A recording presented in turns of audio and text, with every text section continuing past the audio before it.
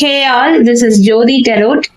இன்னைக்கு என்ன டாபிக் பார்க்க போறோம் அப்படின்னா, தேர்ட் பார்ட்டி உங்க ரிலேஷன்ஷிப் வந்து எப்போ மூவ் அவுட் ஆவாங்க, மூவ் அவுட் ஆகுறதுக்கு சான்சஸ் இருக்கா அப்படிங்கிற மாதிரி ரீடிங்ஸ் பார்க்கலாம். அதுக்கு முன்னாடி நம்ம சேனலை சப்ஸ்கிரைப் பண்ணி, லைக் பண்ணி, ஷேர் பண்ணி, கமெண்ட் பண்ணுங்க. நிறைய சப்ஸ்கிரைப் பண்ணிக்கோங்க. ஸோ அதனால நம்ம வீடியோஸ் எல்லாருக்கும் போய் ரீச் அவுட் ஆகும். ஓகே, பர்சனல் ரீடிங்ஸ் வேணும்னு நினைக்கிறவங்க டிஸ்கிரிப்ஷன்ல நம்பர் கொடுத்துருக்கேன்.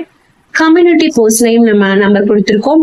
என்னென்ன டாபிக்ஸ்க்கு ரீடிங்ஸ் பண்றோம் அப்படின்னு சொல்லியும் அதுல கிளியரா மென்ஷன் பண்ணிருக்கேன்.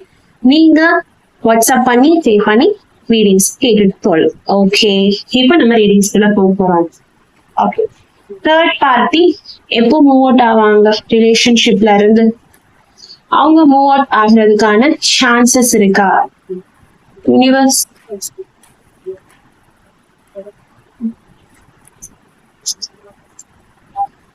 தேர்ட் பார்ட்டிஸ் எப்போ இந்த ரிலேஷன்ஷிப்ல இருந்து போவாங்க? ஓகே,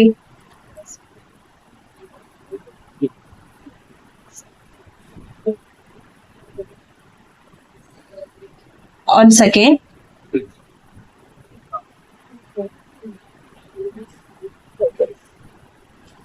தேர்ட் பார்ட்டி எப்போ ரிலேஷன்ஷிப் ஓகே ஸ்டார்ட்ஸ் வருது நான் சொல்றேன்.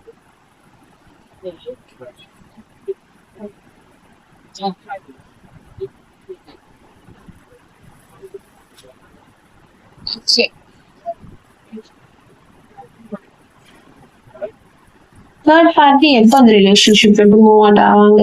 ஓகே, கார்ட்ஸ் வந்தாச்சு.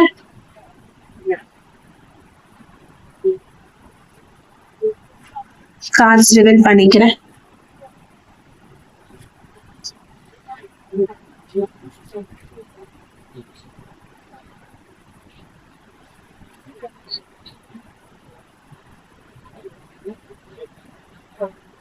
ஓகே, இதான் இன்னைக்கு உங்களுக்கான கார்ட்ஸ். தெரியும்னு நினைக்கிறேன்.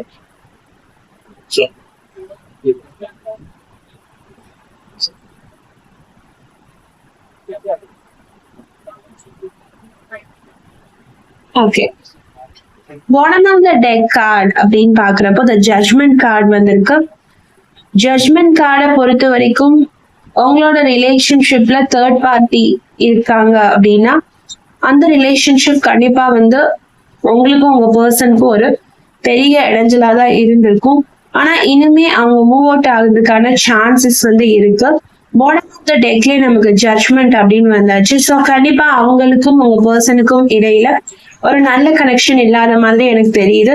ஸோ கண்டிப்பா உங்க பர்சனும் அவங்களும் ஒரு ஜட்ஜ்மெண்டோட பிரியறதுக்கான சான்சஸ் இருக்கு. அவங்க உங்க ரிலேஷன்ஷிப்ல இருந்து மூவ் அவுட் ஆகிறதுக்கான சான்சஸ் இருக்கு. ரீபர்த் அப்படின்னு ஒரு வேர்ட் வந்திருக்கு. கண்டிப்பா உங்க ரிலேஷன்ஷிப் வந்து திரும்பியும் ரீபர்த் ஆகிறதுக்கான சான்சஸ் இருக்கு.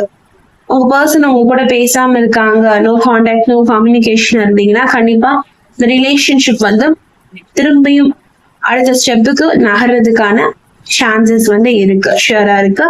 உங்க கூட பேசணும் அப்படிங்கிற ஒரு தாட்டும் உங்க பர்சனுக்கு இருக்கதான் செய்யுது. இன்னர் காலிங், நியூ பேஸ், உங்க கூட ஒரு புதிய லைஃப் ஸ்டார்ட் பண்ணணும் அப்படிங்கிற ஒரு தாட்ஸும் உங்க பர்சனுக்கு வருது.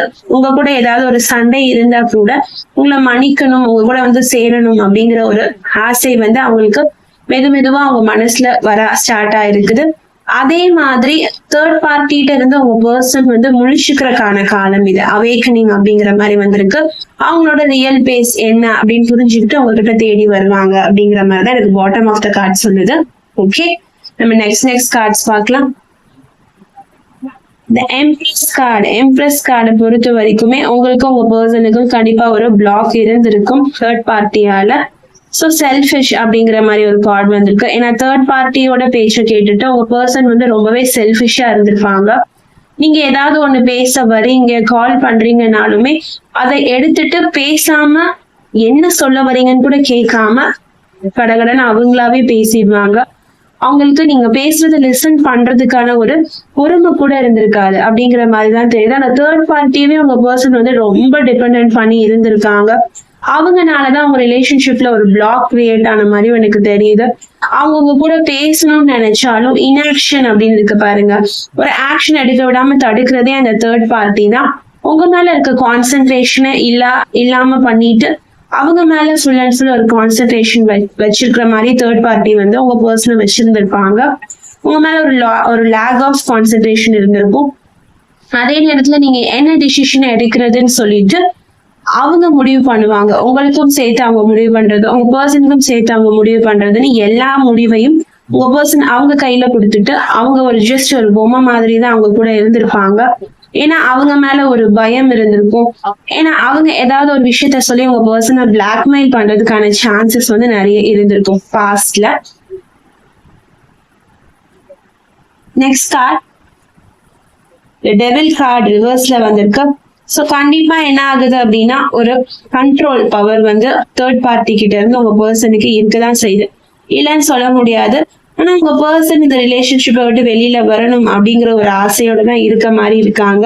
நிறைய உங்க பர்சன் வந்து தேர்ட் பர்சனை பத்தி ஆனா ஒரு நெகட்டிவான விஷயங்களை கேள்விப்படுறாங்க. அவங்க கூட இருக்கும் போது நிறைய டார்க் எனர்ஜி தான் அவங்களுக்கு வருது. ஏன்னா அந்த டெவில் கார்டு வந்திருக்கு.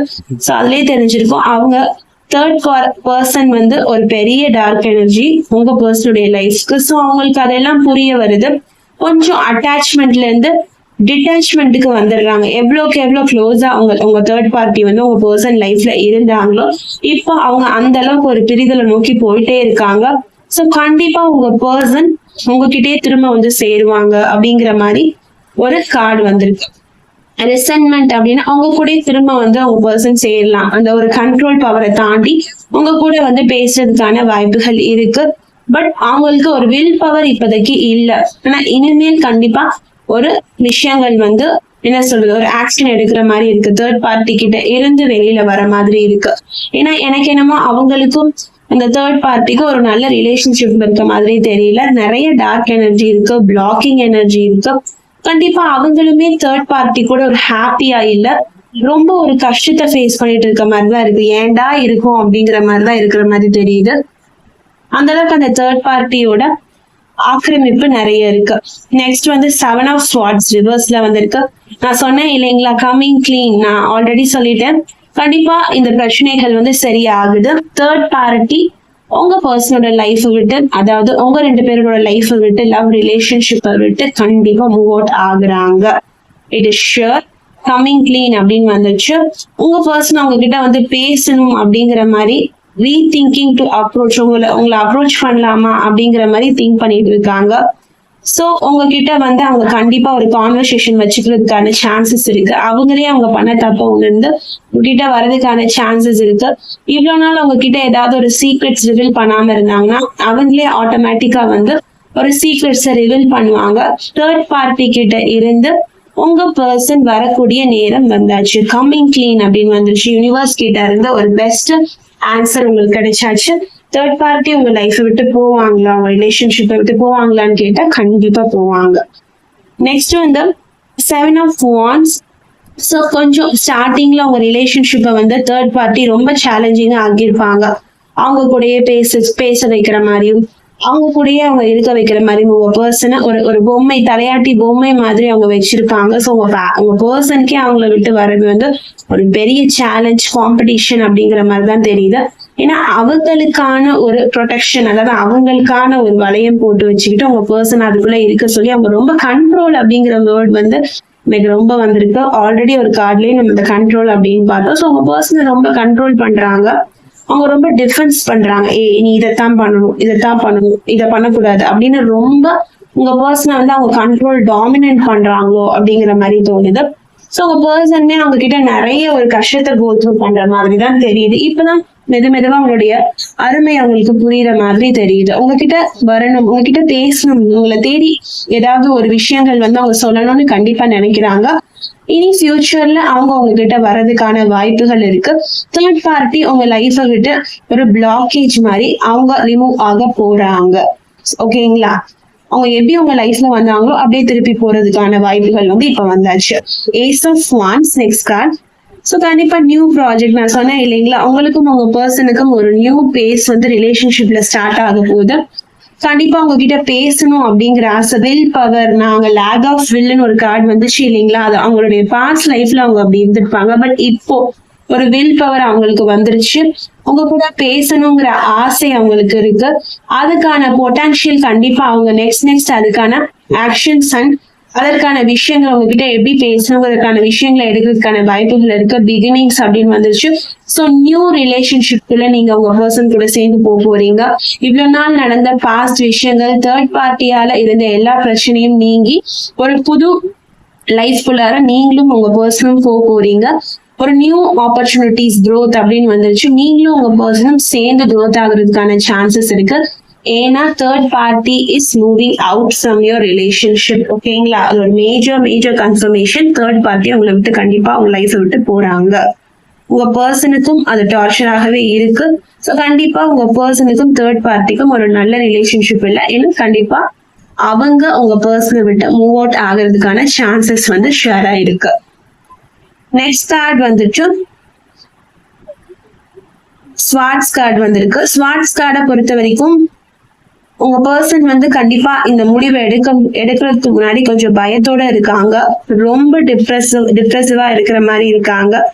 ஒரு வரி அப்படிங்கிற மாதிரி இருக்கு. ஐயோ என்னடா இப்படி வந்து மாட்டிக்கிட்டோமே அப்படிங்கிற மாதிரி இருக்காங்க. ஒரு தூக்கம் இல்லாம ரொம்ப ஒரு பேட் ட்ரீம்ஸோட இந்த ரிலேஷன்ஷிப் எனக்கு வேண்டாம் அப்படிங்கிற ஒரு மைண்ட் செட்டோட இருக்காங்க. திரும்ப உங்ககிட்ட வந்தா நீங்க ஏத்துப்பீங்களோ மாட்டீங்களோ அப்படிங்கிற விஷயத்துல வந்து ரொம்ப ஹோப்லெஸ்ஸா இருக்கிற மாதிரி தெரியுது. நிறைய டிராமாக்குள்ளார போயிருக்காங்க. தேர்ட் பார்ட்டி வந்து உங்க பர்சனுக்கு கொடுத்த வழி வந்து கொஞ்சம் நெஞ்சம் மாதிரி தெரியல. நிறையவே அவங்க கண்ட்ரோல்ல வச்சுக்கிட்டு அவங்களுக்கு இஷ்டப்பட்டதெல்லாம் அவங்க என்ன பண்ணிருக்காங்கன்னா உங்க பர்சனை வச்சு நிறைவேற்றிக்கணும் அப்படிங்கிற மாதிரி பண்ணிருக்காங்க. ஆக மொத்தத்துல ஒரு டெவில் ரிலேஷன்ஷிப், ஒரு என்ன சொல்றது, ஒரு டாக்ஸிக் ரிலேஷன்ஷிப் மாதிரி இருந்திருக்கு. தேர்ட் பார்ட்டியும் உங்க பர்சனோட மைண்ட் செட் அண்ட் தாட்ஸ் பாக்குறப்போ தேர்ட் பார்ட்டி வெர்சஸ் உங்க பர்சன் அப்படின்னு பாக்குறப்போ கண்டிப்பா அதுக்குள்ளார ஒரு டாக்ஸிக் அப்படின்னு நம்ம சொல்லலாம். ஏன்னா அந்த அளவுக்கு உங்க பர்சனை வந்து ஹர்ட் பண்ணிருக்காங்க, டாமினேட் பண்ணிருக்காங்கிற மாதிரி தெரியுது. உங்களை விட்டு உங்க பர்சன் தேர்ட் பார்ட்டி கிட்ட போயுமே அவங்க ஒரு நல்ல ரிலேஷன்ஷிப்குள்ள இல்ல. சோ கூடிய சீக்கிரம் உங்க பர்சன் உங்களை தேடி வரப்போறாங்க. தேர்ட் பார்ட்டி உங்க லைஃபை விட்டு போவாங்க. நம்ம டாபிக் குள்ளார வருவோம். இப்ப என்ன நம்ம டாபிக் வச்சிருந்தோம் அப்படின்னா தேர்ட் பார்ட்டி உங்க லைஃபை விட்டு மூவ் அவுட் ஆவாங்களா, அவங்க ரிலேஷன்ஷிப்பை விட்டு மூவ் அவுட் ஆகிறதுக்கான சான்சஸ் இருக்கான்னு கேட்டா எஸ் அப்படிங்கறதுதான் என்னோட ஆன்சர். 70 to 80% தேர்ட் பர்சன் உங்க லைஃபை விட்டு உங்க ரிலேஷன்ஷிப்பை விட்டு போறாங்க. ஓகே, இன்னைக்கு உங்களுக்கான ரீடிங்ஸ் வந்து யூனிவர்சிட்டி தான் கொடுத்திருக்காங்க. ஃபுல் அண்ட் ஃபுல் பாசிட்டிவான ஒரு கார்ட்ஸ் கொடுத்திருக்காங்க. சோ கண்டிப்பா இந்த எனர்ஜிஸ் நினைச்சு ஹாப்பியா இருங்க. தேர்ட் பார்ட்டியை நினைச்சு ஒரு கவலைகள் வேண்டாம். கண்டிப்பா ஒரு நல்ல முடிவை யூனிவர்ஸ் கிட்ட விட்டுருங்க. யூனிவர்ஸே உங்களுக்கு கொடுப்பாங்க. ஓகே, நான் உங்களை நெக்ஸ்ட் வீடியோல சந்திக்கிறேன். எப்பவுமே சொல்ற மாதிரி தான், always manifest a wonderful life ahead. Stay positive, be positive. Bye.